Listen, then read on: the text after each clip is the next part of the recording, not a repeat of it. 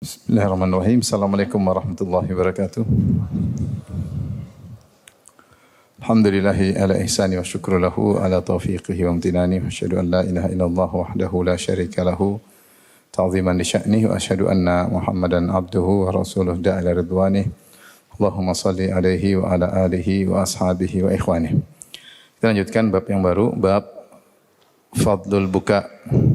Babun fadlul buka, bab tentang keutamaan menangis.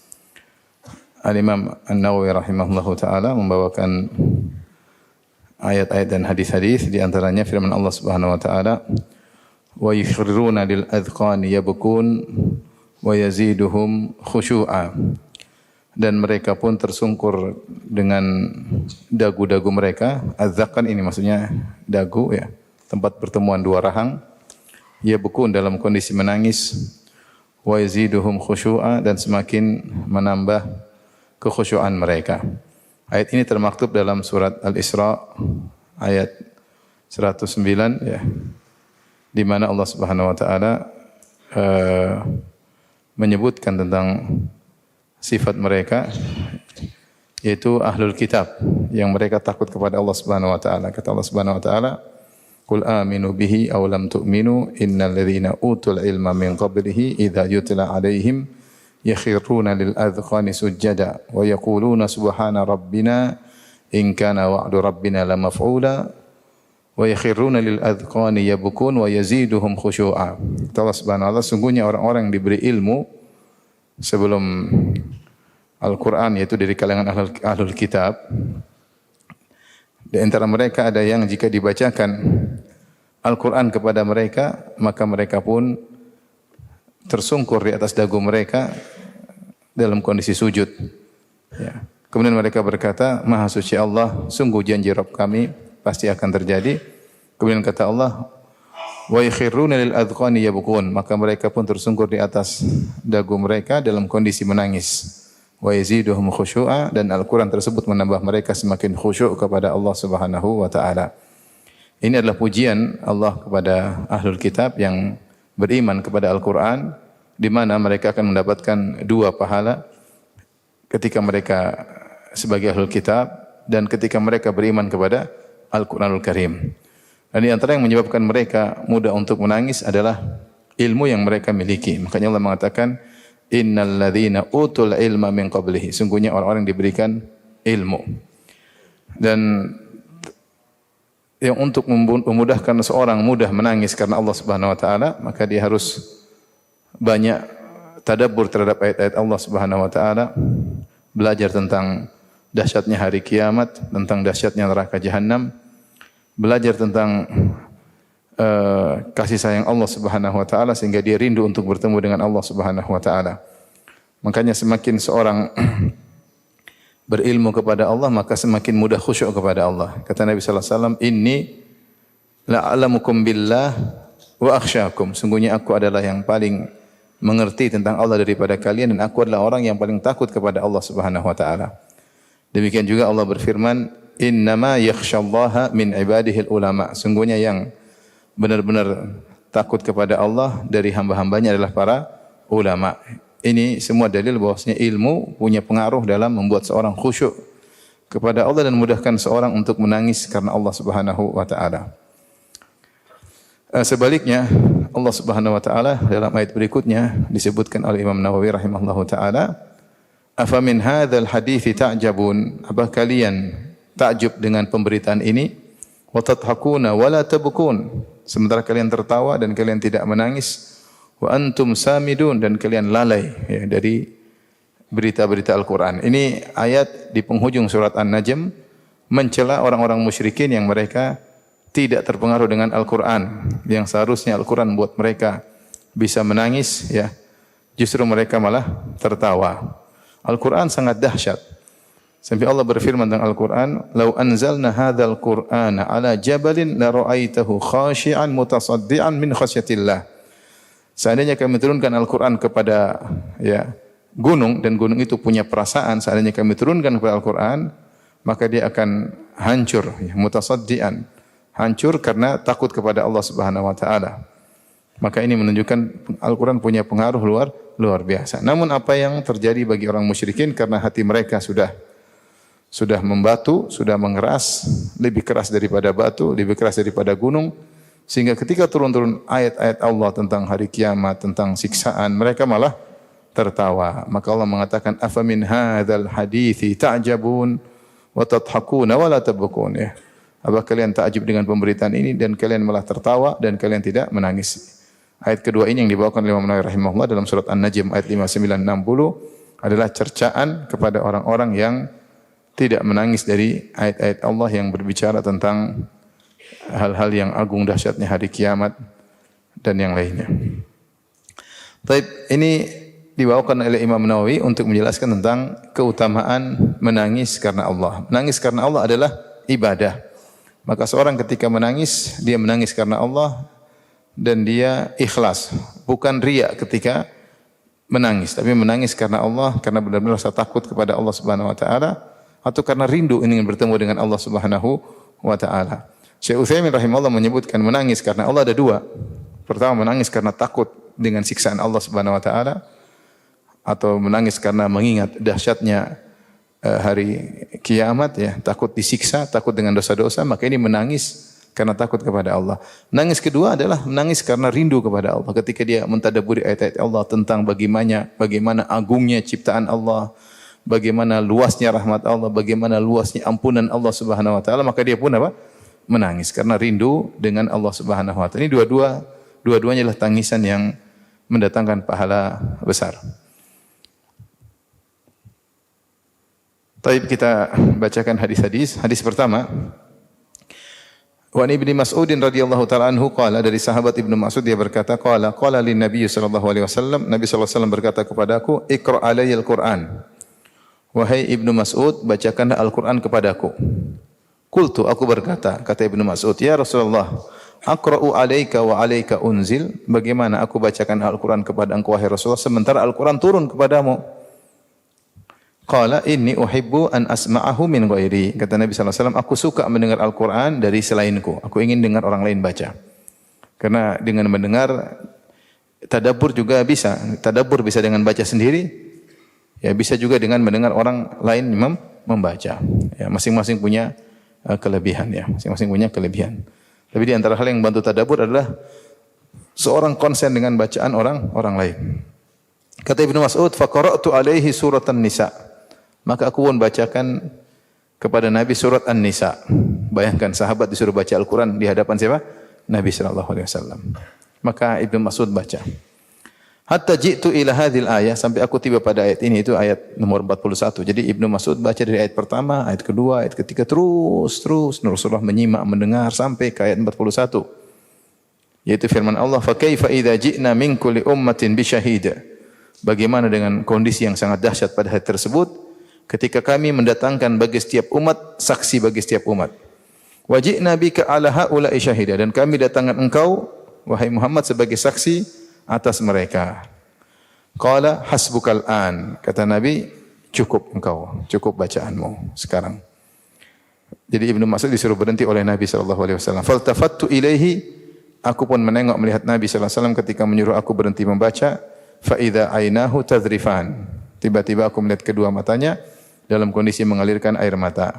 Muttafaqun alaih, di riwayat Bukhari dan Muslim. Ini contoh Nabi sallallahu alaihi wasallam menangis karena menyimak Al-Qur'an. Bagaimana tidak menangis beliau mendengar ayat yang berbicara tentang beliau. Itu di hari yang sangat dahsyat, di mana Allah mendatangkan setiap rasul untuk menjadi saksi bagi umat mereka. Allah datangkan umat Nabi Nuh.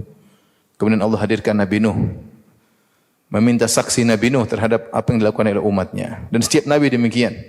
Ya. Waji'a bin nabiyyina wasyuhada, dihadirkanlah para nabi, dihadirkan para saksi. Apa yang telah mereka lakukan, yang berbuat baik maupun yang berbuat buruk, nabi menjadi saksi atas perbuatan umat mereka.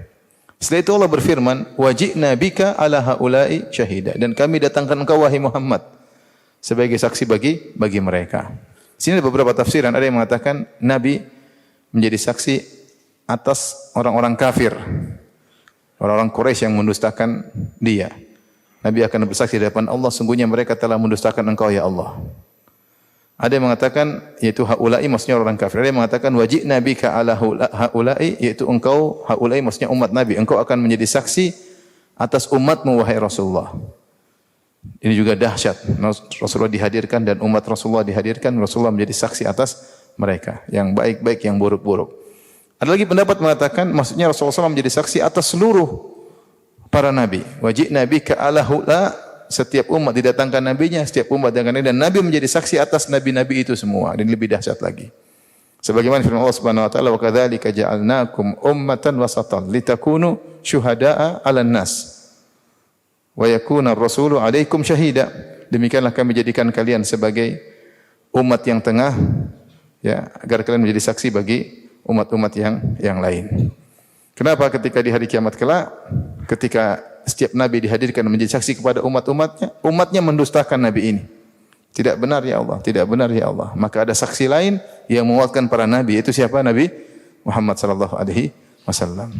Kondisi sangat dahsyat pada hari tersebut. Bagaimana nabi dihadirkan untuk menjadi saksi bagi para nabi, bagi umat-umat terdahulu. Maka ketika itu nabi pun mengatakan hasbukal an, berhenti engkau wahai bin Mas'ud, dan beliau pun menangis merenungkan tentang dahsyatnya hari tersebut. Dan ini menunjukkan bahwasanya menangis karena Allah atau karena dahsyatnya hari kiamat ini dituntut. Dan itu adalah ibadah kepada Allah Subhanahu wa taala. Makanya Allah memuji. Kata Allah, "Wa yakhruna lil adqani yabkun." Mereka tersungkur di atas dagu-dagu mereka, maksudnya benar-benar sujud. Nah, itu maksudnya sujud, saking tunduk sujudnya seakan-akan dagu mereka mengenai apa? Tanah. Yabkun dalam kondisi menangis. Taib. Hadis berikutnya wa an Anas radhiyallahu anhu, dari Anas radhiyallahu taala anhu qala Rasulullah SAW bersabda, beliau berkata khataba Rasulullah SAW khutbatan Rasulullah SAW berkhutbah dengan suatu khutbah ma sami'tu mithlaha qat. Rasulullah SAW berkhutbah dengan khutbah yang tidak pernah aku mendengar khutbah seperti itu sebelumnya. Faqala, di dalam isi khutbah tersebut Rasulullah SAW berkata, "Lau ta'lamuna ma a'lam la dhahiktum qalilan wa la bakaitum katsira." Seandainya kalian tahu apa yang aku tahu, kalian akan sedikit tertawa dan kalian akan banyak menangis. Qala, kata Anas radhiyallahu anhu, faghatta ashabu Rasulillah sallallahu alaihi wasallam wujuhahum. Maka para sahabat ketika mendengar sabda Nabi tersebut, mereka pun menutup wajah mereka dengan baju-baju mereka. Walahum khanin, dan terdengar suara isakan mereka dari hidung mereka. Itu isakan yang keluar dari hidung, terdengar ada dengungnya yang menunjukkan tangisan yang kuat dari mereka. Ini juga menguatkan dalil bahwasanya rasa takut kepada Allah Subhanahu wa taala dan menangis kepada Allah Subhanahu wa taala dibangun di atas ilmu. Makanya Nabi mengatakan, "Lau ta'lamuna ma a'lam." Kalau kalian tahu apa yang aku ketahui. Tapi para sahabat tidak mengetahui apa yang diketahui oleh Nabi. Nabi diperlihatkan surga secara langsung. Nabi diperlihatkan neraka secara apa? Langsung. Tentu beda dengan orang yang cuma diceritakan. Nabi lihat langsung, tentu pengaruh imannya tidak sama dengan orang yang hanya sekedar mendengar. Maka Nabi mengatakan, seandainya kalian tahu apa yang aku tahu, tentu kalian akan banyak menangis dan kurang tertawa. Maka ini menuntut bagi kita untuk banyak tadabbur, belajar Al-Quran, tadabburi ayat-ayatnya, sehingga ketika baca kita bisa terhanyut dalam dahsyatnya Al-Quran sehingga kita bisa menangis ya.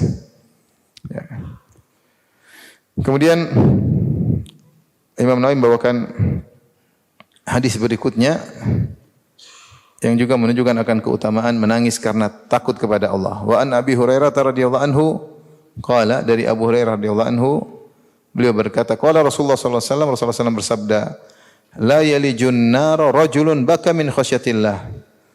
Tidak masuk neraka seorang yang menangis karena takut kepada Allah Subhanahu wa taala. Hatta ya'udal labanu fi dhara, sampai susu masuk kembali ke air susu masuk kembali lagi kepada susu onta. Kalau sudah diperah tidak bisa lagi masuk ke susunya kembali ya. Wala yajtami'u gubarun fi sabilillah wa dukhanu jahannam, dan tidak akan berkumpul debu ketika seorang berjihad di jalan Allah dengan asap neraka jahanam. Hadis ini menjelaskan tentang dua keutamaan. Yang terakhir tentang keutamaan berjihad di jalan Allah Subhanahu wa taala. Orang yang berjihad dengan ikhlas kepada Allah, maka ketika tubuhnya terkena debu, menempel pada tubuhnya, pada bajunya, dia tidak akan masuk neraka. Karena debu yang nempel pada dirinya tersebut tidak akan bisa berkumpul dengan asap neraka. Apalagi apinya. Asapnya sih tidak akan berkumpul, apalagi apinya. Ini keutamaan yang agung bagi orang yang berjihad di jalan Allah Subhanahu wa taala. Yang pertama tentang keutamaan orang menangis karena takut kepada Allah Subhanahu wa taala. Enggak akan masuk neraka kecuali air bisa dimasukkan lagi dalam susunya. Air susu dimasukkan lagi dalam susu baru bisa. Dan itu adalah kemustahilan. Itu ungkapan kemustahilan. Ini dalil bahwasanya tentang keutamaan orang yang menangis karena takut kepada Allah Subhanahu wa taala. Ya. Dan ini seperti saya katakan tadi, menuntut seorang untuk semakin belajar dan banyak perenungan. Ketika dia bersendirian, dia merenungkan tentang hari kiamat, tentang alam barzakh, tentang dosa-dosa yang dia lakukan, tentang hak-hak yang belum dia tunaikan, tentang waktu-waktu yang dia buang, tentang kejahatan lisannya, tentang kejahatan matanya.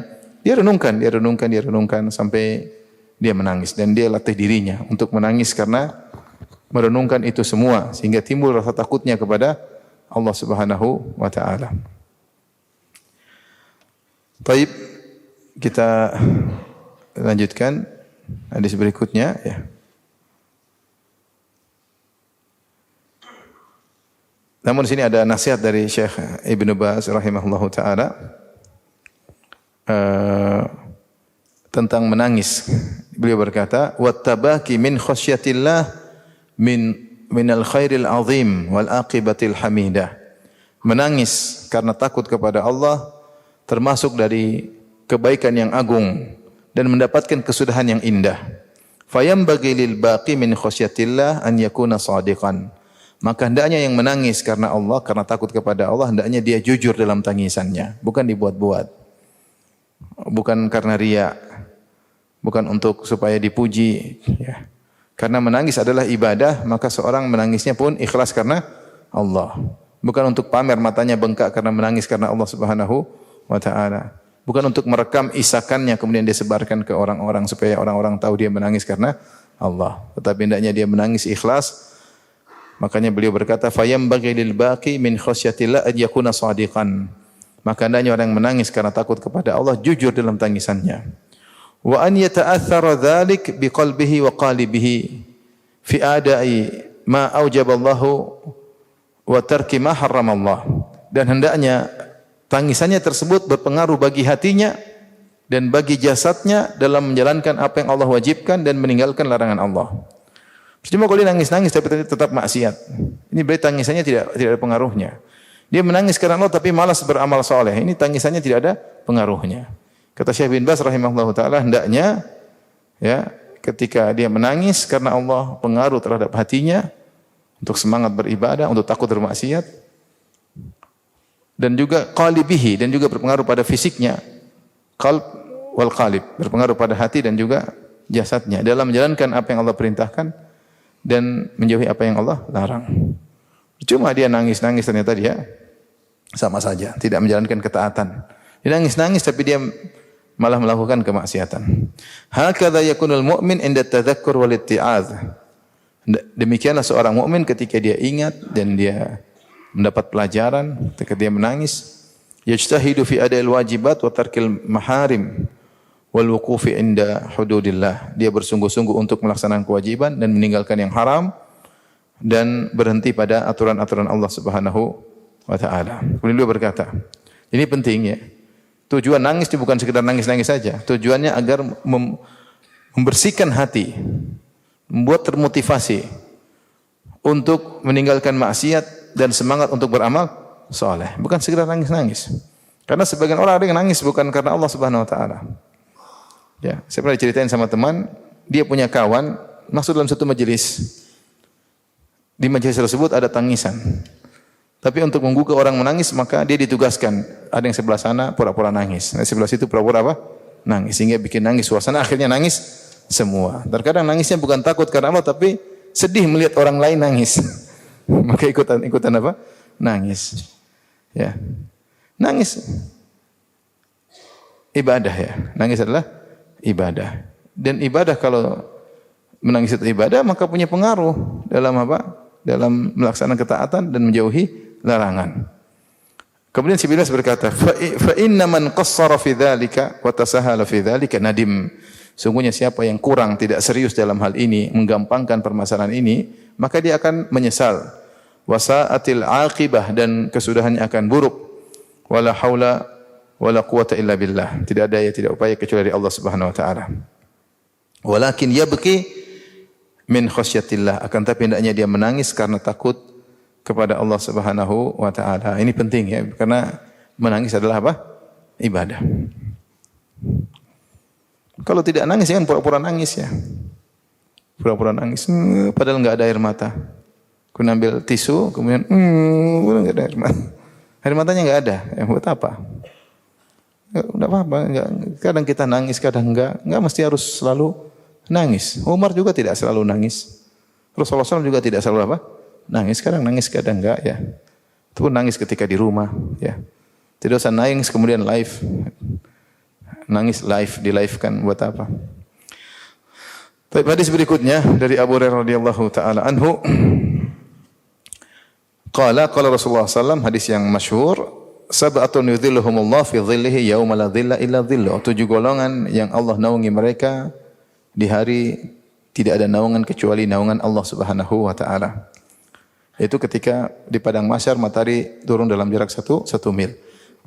Yang dimaksud dengan naungan Allah di sini ada 2 pendapat. Ada yang mengatakan naungan arsy Allah sebagai riwayat, ya. Namun ini juga diperselisihkan oleh sebagian ulama, ya, karena kita tahu arsy lebih besar daripada matahari. Ada yang mengatakan adalah seperti pendapat Syekh Utsaimin rahimahullah, maksudnya naungan yang Allah ciptakan. Naungan yang Allah ciptakan untuk menaungi orang-orang tersebut dan diidhafahkan kepada Allah fi dhillihi, dalam naungan Allah. Ini naungan yang diciptakan oleh Allah karena untuk memuliakan naungan tersebut. Seperti Allah mengatakan naqatullah, onta Allah. Maksudnya onta yang Allah ciptakan yang mulia. Seperti Ka'batullah, Ka'bahnya apa?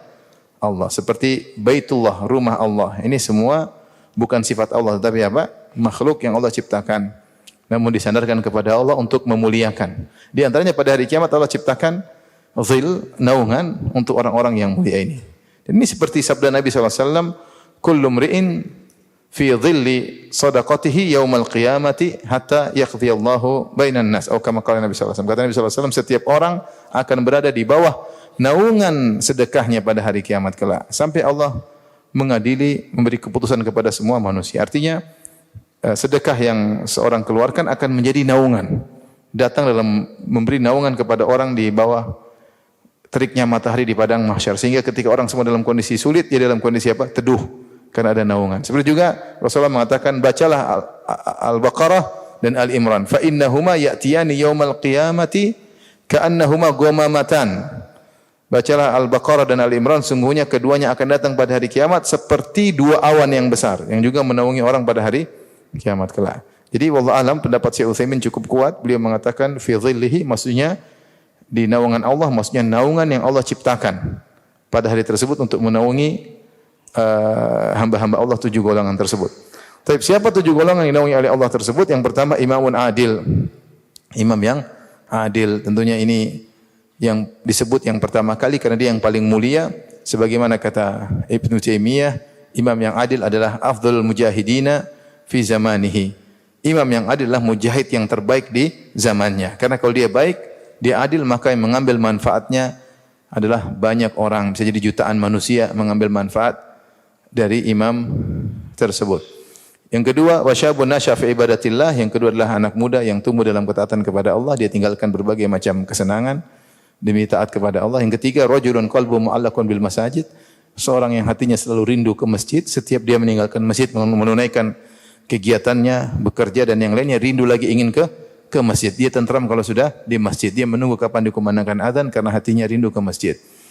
Yang keempat, rajulani tahabba fillah ijtama'a alaihi wa tafarraqa alaihi. 2 orang yang saling mencintai karena Allah, mereka berkumpul karena Allah dan berpisah karena Allah. Ada saatnya mereka berpisah ya karena Allah Subhanahu wa taala. Yang kelima, rajulun da'tu imra'atun dzatu mansibin jamalin faqala inni akhafullah. Seorang laki yang dirayu oleh wanita yang cantik jelita dan kaya raya dan dia berkata, aku takut kepada Allah ya. Lelaki ini digoda oleh wanita yang cantik dan kaya raya. Yang ini mungkin tidak pernah antum merasakan ya. Antum mungkin digoda oleh wanita yang tidak cantik. Atau cantik tapi tidak kaya raya. Atau jelek dan miskin ya. Tapi cantik kaya raya sepertinya tidak ya. Kalau melihat tampang-tampang sepertinya. Artinya kalau ada orang digoda seperti ini orang sangat hebat. Sangat apa? Hebat. Kemudian dengan tegasnya dia berkata, "Ini akhafullah." Praktek nyata. Kalau ada cewek kirim foto sama antum di WA, antum balas, "Saya takut kepada Allah." Ya, terus antum blokir, jangan dilanjutkan. Yang keenam, rajulun tasaddaqa bi sadaqatin fa akhfaha. Seorang yang bersedekah dengan tangan kanannya kemudian dia sembunyikan hatta la ta'lama shimal ma tunfi yaminuhu. Sampai tangan kirinya tidak tahu apa yang diinfakkan tangan kanannya karena begitu dia sembunyikan sedekahnya. Dia istilahnya orang terdekatnya pun tidak tahu karena tangan itu selalu bersahabat dengan tangan kanan. Apa yang dilakukan tangan kanan, tangan kiri selalu tahu. Dan mereka sering bekerja sama dalam menjalankan banyak pekerjaan, nyetir, ngangkat, kemana-mana tangan kiri menyertai tangan kanan. Tapi ketika tangan kanan bersedekah, dia sembunyi dari teman dekatnya. Sampai teman dekatnya tidak tahu. Ini menunjukkan syiddatul ikhfa. Dia benar-benar berusaha menyembunyikan amal solehnya sampai orang terdekatnya pun tidak tahu. Maka orang ini akan dinaungi oleh Allah pada hari kiamat kelak. Yang jadi perhatian kita adalah yang terakhir. Wa rajulun dzakarallaha khaliyan fafadat aynah. Seorang yang ingat kepada Allah maka dia pun menangis. Khalian bersendirian. Wa rajulun dzakarallaha khaliyan, seorang sedang dalam kondisi bersendirian mengingat Allah. Sabda Nabi khalian ini secara umum ditafsirkan itu dalam dia secara sendirian dan ini menunjukkan keikhlasannya.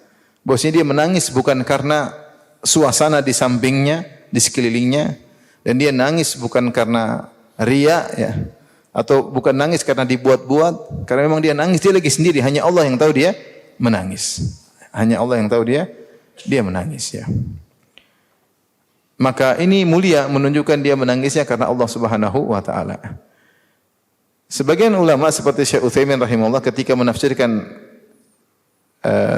sabda Nabi khalian, dia mengatakan termasuk bersendirian maksudnya qalbu yang khalian, hati yang bersendirian. Artinya apa? Seorang susah untuk menangis kalau dia tidak fokus. Untuk bisa menangis butuh fokus, perenungan, penghayatan, mengingat tentang ini, tentang itu, tentang dahsyatnya hari kiamat, tentang alam kubur, tentang banyak dosa-dosa. Dia butuh hati yang al-qalbul khali, hati yang kosong, konsen, sehingga dia bisa menangis. Ibnu Hajar rahimahullah membawakan juga khalian tidak harus dia sendirian.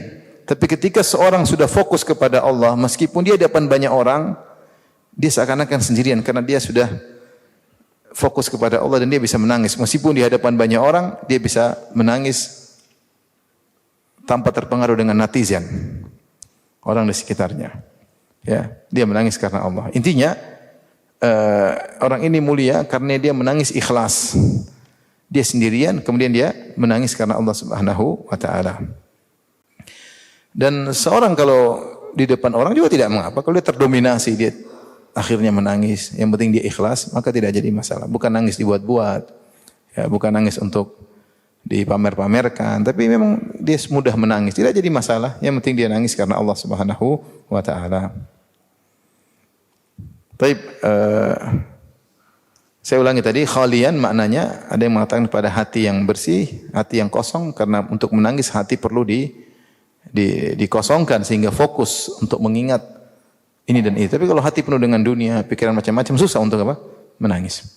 Yang kedua, khalian itu dia menangis ketika sendirian, bukan di hadapan banyak orang. Yang ketiga, khalian juga bisa dimanakan meskipun di depan banyak orang, tapi dia seakan-akan sedang berdoa dengan Allah, sedang berkhalwat dengan Allah. Seperti orang sudah cuek, dia baca Quran sendiri, meskipun banyak orang, dia seakan-akan sendiri dengan Allah. Samping orang dia tidak peduli, dia baca Quran. Itu dia berzikir, merenung, meskipun orang sekitar dia lalu lalang, dia seakan-akan sedang berdua-dua dengan apa? Allah. Itu juga masuk dalam hadis ini. Baik. Hadis berikutnya, wa an Abdullah ibn Syikhir radhiyallahu ta'ala anhu qala, ataitu Rasulullah sallallahu alaihi wasallam, aku mendatangi Rasulullah sallallahu alaihi wasallam wa huwa yusalli, dalam kondisi Nabi sedang salat. Wali jawfihi azizun ka azizil mirjal minal buka. Ya. Dan di dalam Nabi terdengar suara zzz, ya, seperti suara air yang dimasak di api yang panas. Itu seperti suara mendidih, ada suara suara apa namanya? Gejolak air, ya mendidihnya air. Itu ada suara khusus. Artinya Nabi SAW terisak-isak sambil ditahan di dadanya. Artinya Rasulullah SAW sholat sambil apa? Menangis. Sholat sambil menangis ya. Kebetulan sahabat ini datang kemudian dia mendengar isakan Nabi yang tertahan di dada Nabi SAW karena sedang sholat sambil menangis. Kata Al-Nawawi, hadithun sahihun rawahu Abu Dawud Tirmidzi wa Tirmidzi fi Syama'il bi isnadin sahih. Hadis yang sahih diriwayatkan oleh Al-Imam Abu Dawud dan Imam Tirmidzi dalam kitabnya Syama'il dengan sanad yang sahih. Ini dalil bahwasanya Rasulullah SAW terkadang salat dengan isakan, bahkan terdengar suara isakan dari dadanya. Hadis berikutnya, wa an Anas radhiyallahu anhu qala, dari Anas radhiyallahu anhu beliau berkata, qala Rasulullah sallallahu alaihi wasallam li Ubay bin Ka'ab. Rasulullah SAW berkata kepada Ubay bin Ka'ab radhiyallahu anhu, "Innallaha azza wa jalla amarani an aqra alayka lam yakunil ladzina kafaru." Wahai Ubay, sungguhnya Allah memerintahkan aku untuk membacakan kepadamu firman Allah surat lam yakunil ladzina kafaru dan selanjutnya. Maka Ubay bertanya, "Wasammani ya Rasulullah, Allah sebut namaku?" Yaitu Allah bilang sama anda, "Wahai Muhammad, bacakanlah kepada Ubay bin Ka'ab." Ubay heran, "Ini Allah sebut saya ya Rasulullah?" Kata Nabi, "Na'am, iya Allah sebut kamu." Fabaka Ubay. Ubay pun apa? Menangis. Ini menangis karena apa? Karena rindu kepada Allah. Menangis karena hamba yang dia rasa dirinya tidak ada apa-apa ternyata diingat oleh Allah Subhanahu wa taala. Maka dia pun menangis.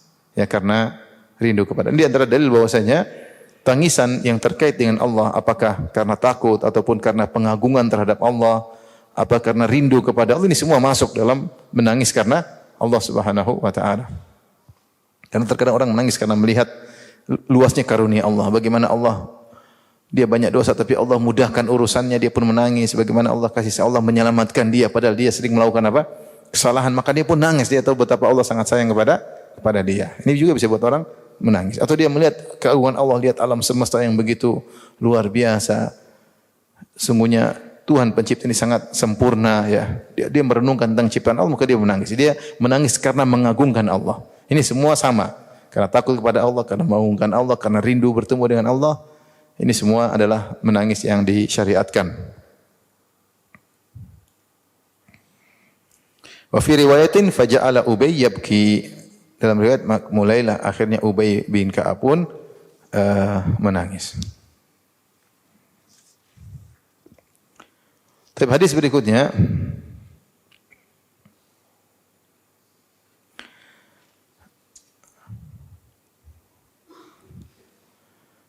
saya bacakan juga nasihat Syekh bin Baz ya.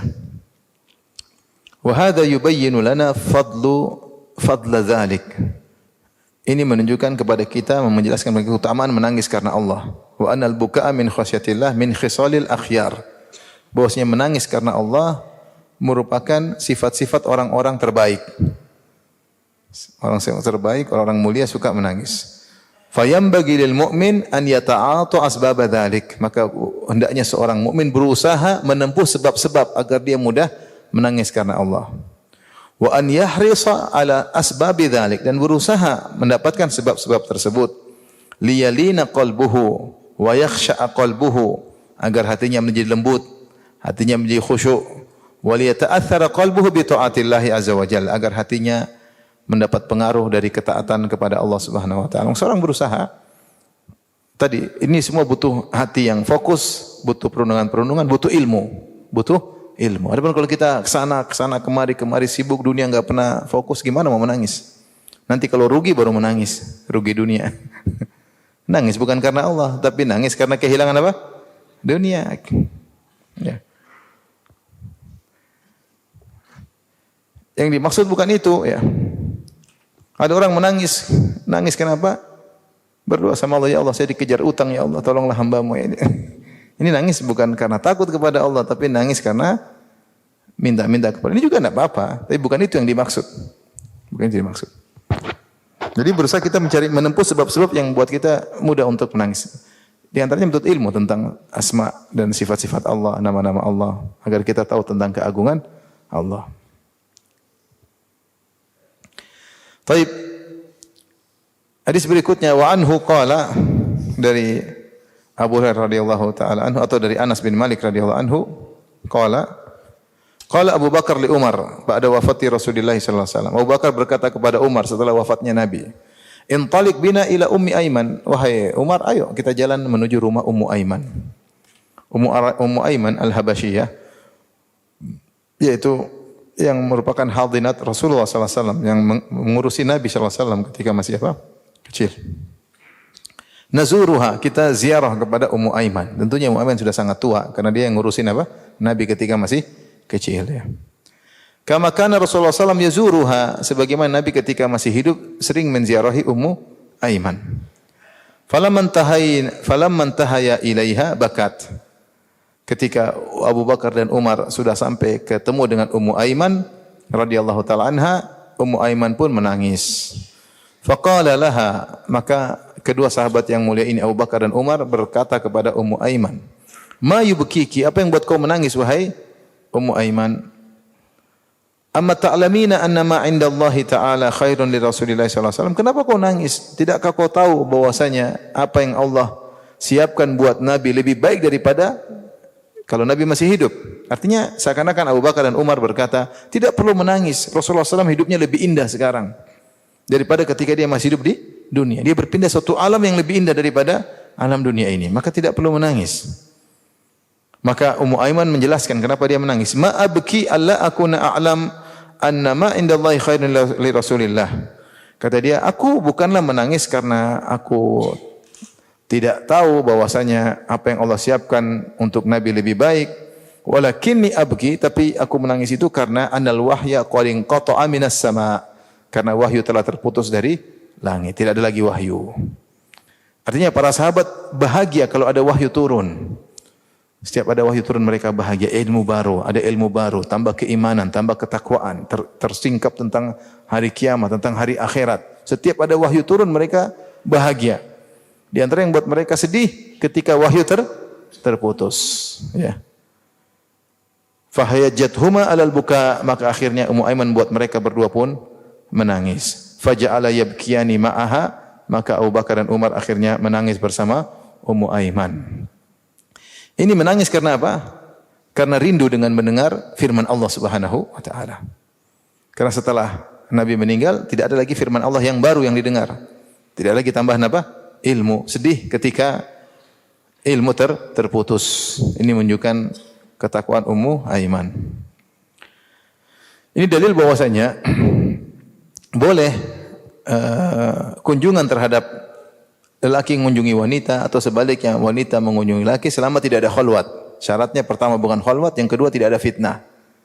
Yang kedua tidak ada apa? Fitnah ya. Ummu Aiman, seingat saya suaminya adalah Zaid bin Harithah. Yang kemudian Zaid bin Harithah menikah dengan Ummu Aiman, kemudian punya anak Usamah bin Zaid. Kalau saya tidak salah ingat ya. Intinya Ummu Aiman sudah wanita tua, lebih tua daripada Abu Bakar dan Umar. Lebih tua daripada Abu Bakar dan Umar.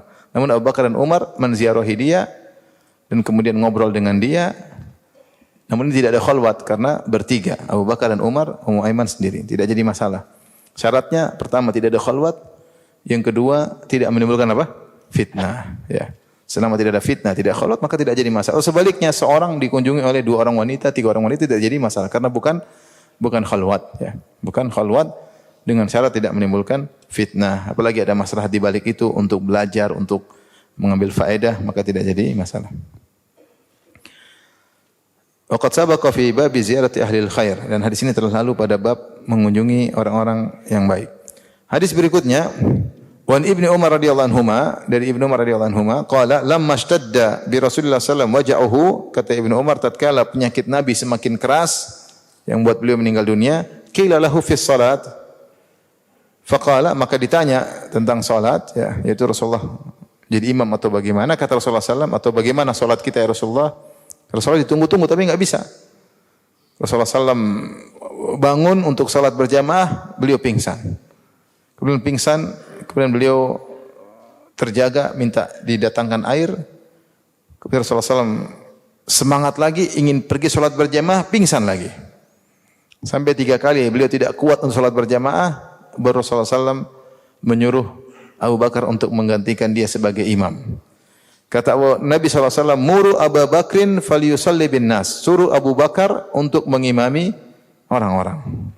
Faqalat Aisyah berkata, inna Abu Bakrin rajulun raqiq. Wahai Rasulullah, ayahku Abu Bakar itu orang yang lembut. Idza qara'al Qur'an galabahul buka. Kalau dia baca Quran, nanti dia menangis. Ya. Faqala muruhu falyusalli. Kata Nabi, suruh dia jadi imam. Wa fi riwayatin Aisyah, dalam riwayat yang Aisyah berkata qalat inna Abu Bakrin idza qama maqamaka lam yusmi'in nisaa minal buka. Lam yusmi'in nasa minal buka. Sungguhnya Abu Bakar kalau jadi imam ya Rasulullah, dia nangis sehingga tidak mampu suaranya didengar oleh makmum di belakang. Karena Abu Bakar suka apa? Nangis. Rasulullah bilang lagi, suruh Abu Bakar jadi apa? Imam. Suruh Abu Bakar jadi imam. Dalam riwayat kata Nabi, inna kunna sawahibu Yusuf. Kalian itu hanyalah seperti kisah para wanita dalam surat Yusuf. Maksudnya apa? Nabi paham, Aisyah tidak ingin ayahnya jadi imam. Khawatir kalau yang jadi imam, ini tanda Nabi tidak bakalan jadi imam lagi. Bakalan Nabi akan meninggal dunia. Nanti orang bilang ini gara-gara Abu Bakar jadi imam, akhirnya Nabi tidak. Aisyah tidak ingin. Sehingga dia cari alasan. Dia bilang Abu Bakar suka nangis. Abu Bakar nanti kalau jadi imam apa? Makmum tidak dengar apa? Suaranya. Tapi Nabi tetap mengatakan suruh Abu Bakar jadi apa? Imam. Dan akhirnya Abu Bakar jadi imam. Umar disuruh, tidak mau. Ada Abu Bakar. Abu Bakar jadi imamnya. Tapi intinya ini dalil bahwasanya orang seperti Abu Bakar adalah orang yang suka menangis. Dan ma'ruf kalau dia menjadi imam suka menangis, ya. Maka disebut oleh Abu Bakar, oleh Aisyah radhiyallahu anha, inna Abu Bakrin rajulun raqiq, ya Rasulullah, Abu Bakar itu orang yang sangat lembut. Kalau jadi imam suka menangis. Berapa menit lagi azan? Baik, hadis terakhir pada pembahasan kita kali ini, wan Ibrahim bin Abdurrahman bin Auf, anna Abdurrahman bin Auf, bosnya Abdurrahman bin Auf radhiyallahu anhu, sahabat yang terkenal kaya raya, ya. Sangat kaya raya, ya. Sampai dikatakan kalau dia buka batu ada emas bisa didapatkan karena saking apa kaya rayanya. Dan ketika meninggalkan harta yang sangat banyak. Utiya bi ta'amin wa kana sha'iman. Suatu hari dia sedang berpuasa, kemudian dihidangkan pada dia makanan untuk berbuka. Ketika dia sedang mau berbuka, dia renungkan tentang sahabat-sahabat yang lain. Tiba-tiba pikirannya mengingat tentang di depan dia makanan enak. Tiba-tiba dia ingat tentang Mus'ab bin Umair. Dia berkata, "Qutila Mus'ab bin Umair radhiyallahu anhu wa huwa khairun minni." Mus'ab bin Umair telah meninggal dalam perang Uhud. Ini lebih baik dariku. Ini tawadhu'nya dia. Tawadhu'nya Abdurrahman bin Auf. Falam yujad lahu ma yukaffanu fihi illa burdatun. Tidak, ketika dia meninggal dunia, tidak ada kain yang cukup baginya untuk dikafankan. Kecuali hanya selembar kain, in guttiya biha ra'suhu badat rijlahu. Kalau ditutup kepalanya dengan kain tersebut akan kelihatan kedua kakinya. Wa in guttiya biha rijlahu, kalau kedua kakinya ditutup, bada ra'suhu, akan kelihatan kepalanya. Baik, kita lanjutkan aja pertemuan berikutnya. Ini hadis banyak faedah, tidak bisa kita potong. Insyaallah setelah azan kalau ada yang bertanya saya persilahkan. Wallahu taala alam bisawab. Tapi demikian saja kajian kita. Subhanakallah bihamdik asyhadu an la ilaha illa anta astaghfiruka wa atubu ilaik. Assalamualaikum warahmatullahi wabarakatuh.